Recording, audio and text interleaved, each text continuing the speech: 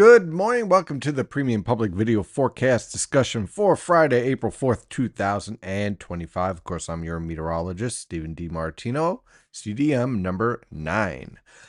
So we have an active, stormy, volatile weather pattern in place. And frankly, we need it because we need to get out of this drought, which we're slowly starting to dig our way out. But it's going to take some time.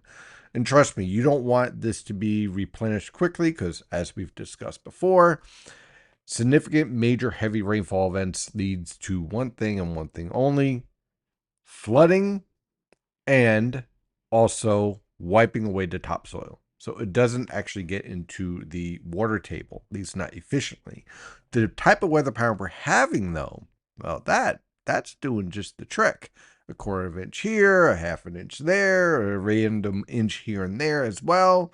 Hey, it adds up. In Freehold right now, we had 0.73 inches yesterday, and this morning we've had 0.4 inches of rain.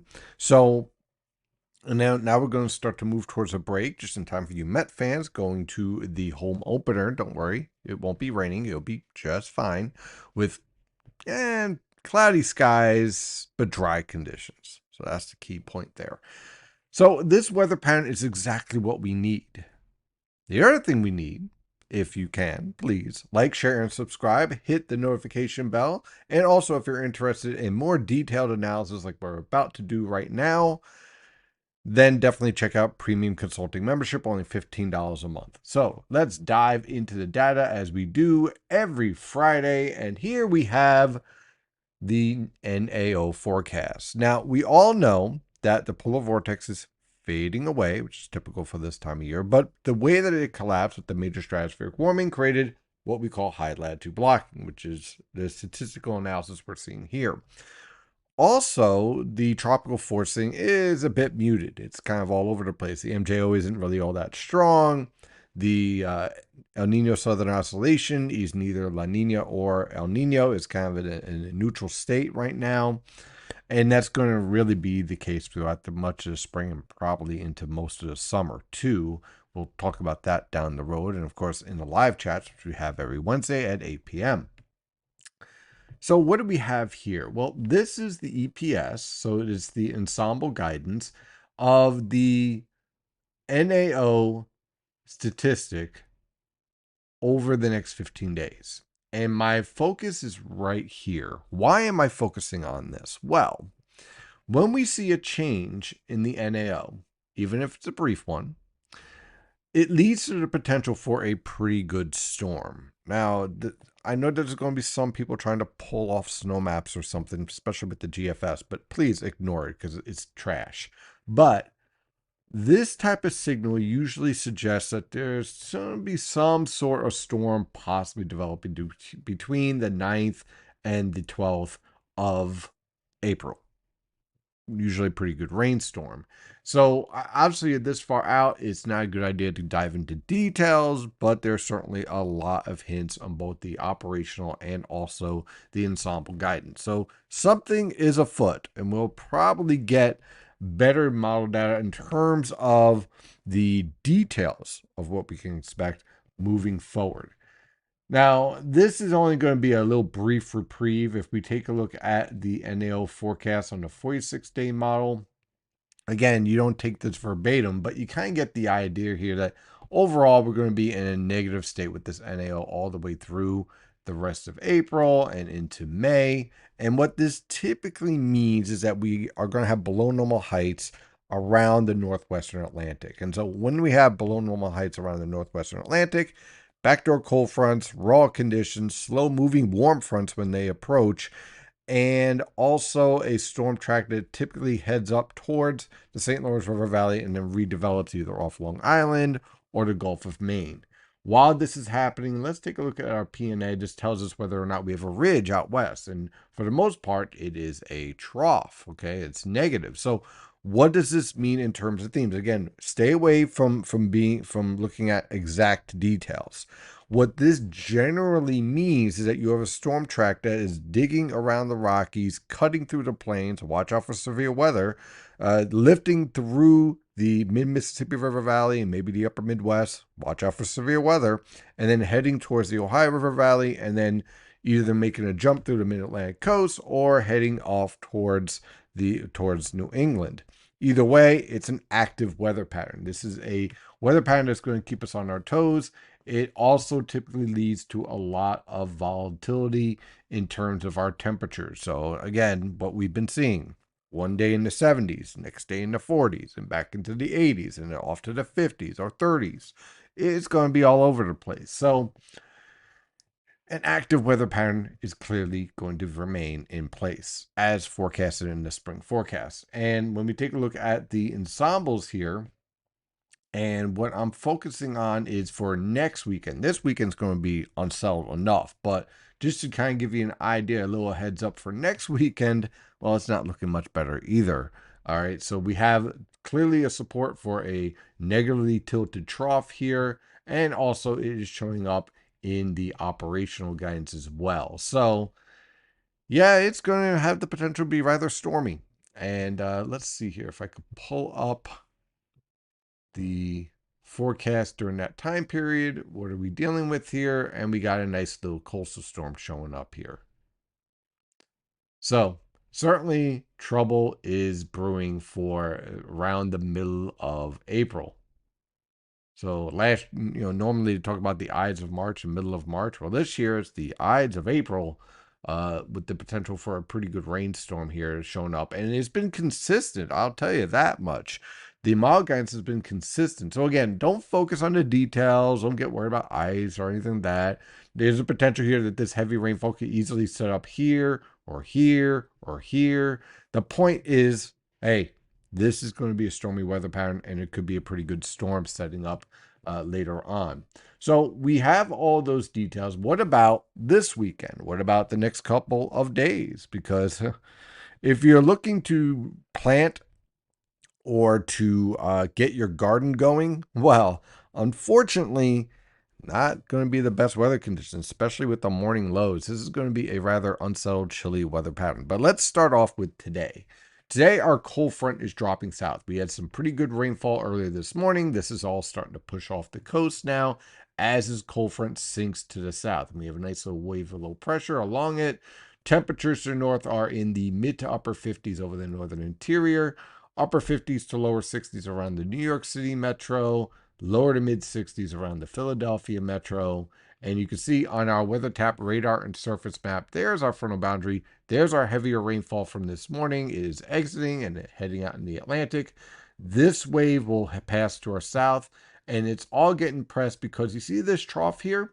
Well, this is part of an upper level trough at 500 millibars. In fact, let's take a look at 250 millibar winds. You see this little feature? It doesn't stand out a lot, but it's just strong enough to kick those northwesterly winds off at the mid levels and at the surface to drive dry air to the south.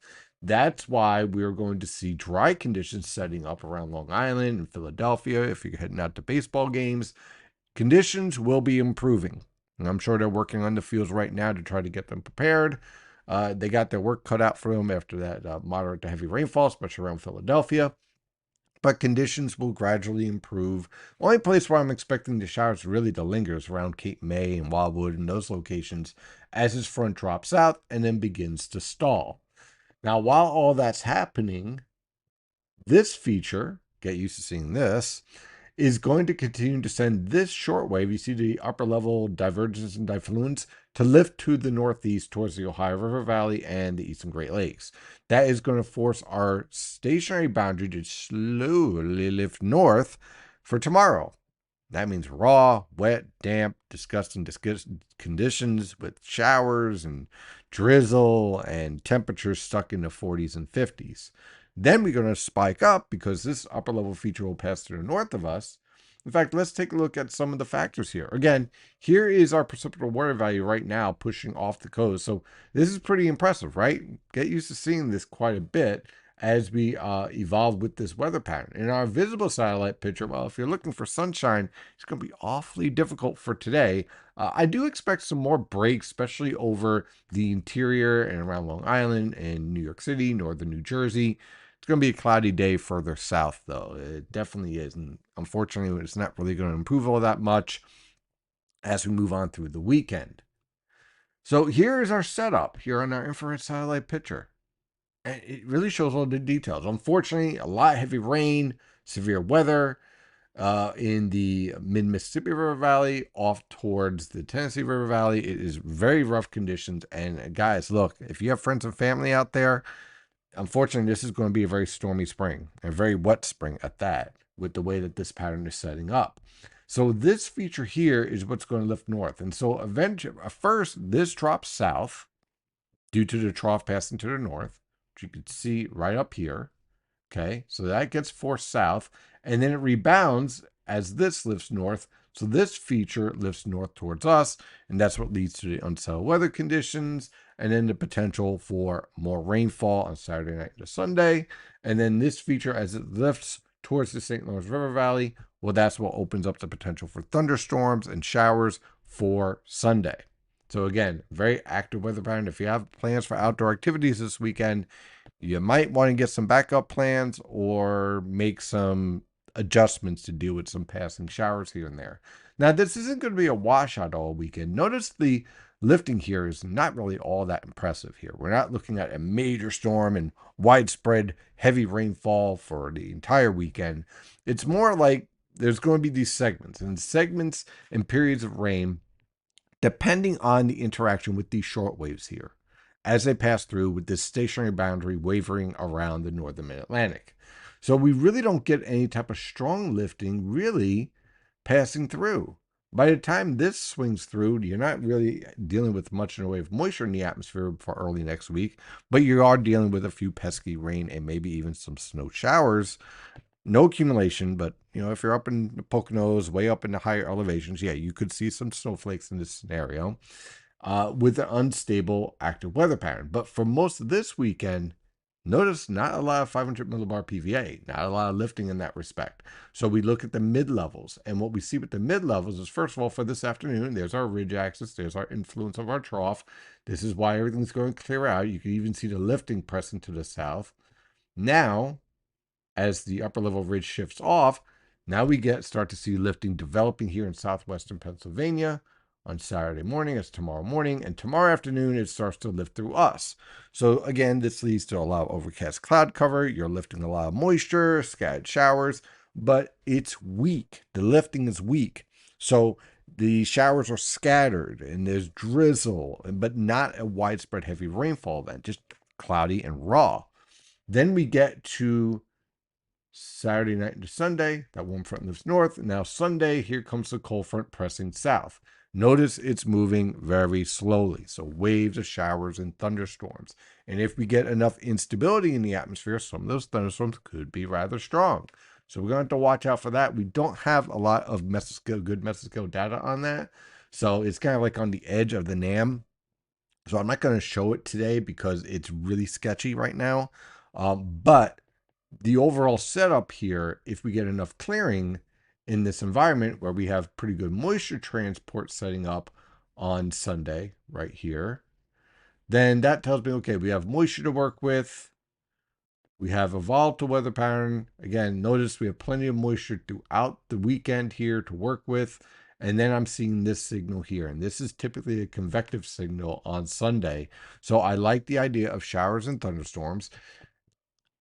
And the timing of it is really important because if we get the showers and thunderstorms to move through more towards the late morning hour, well, that kind of blunts your high temperature potential.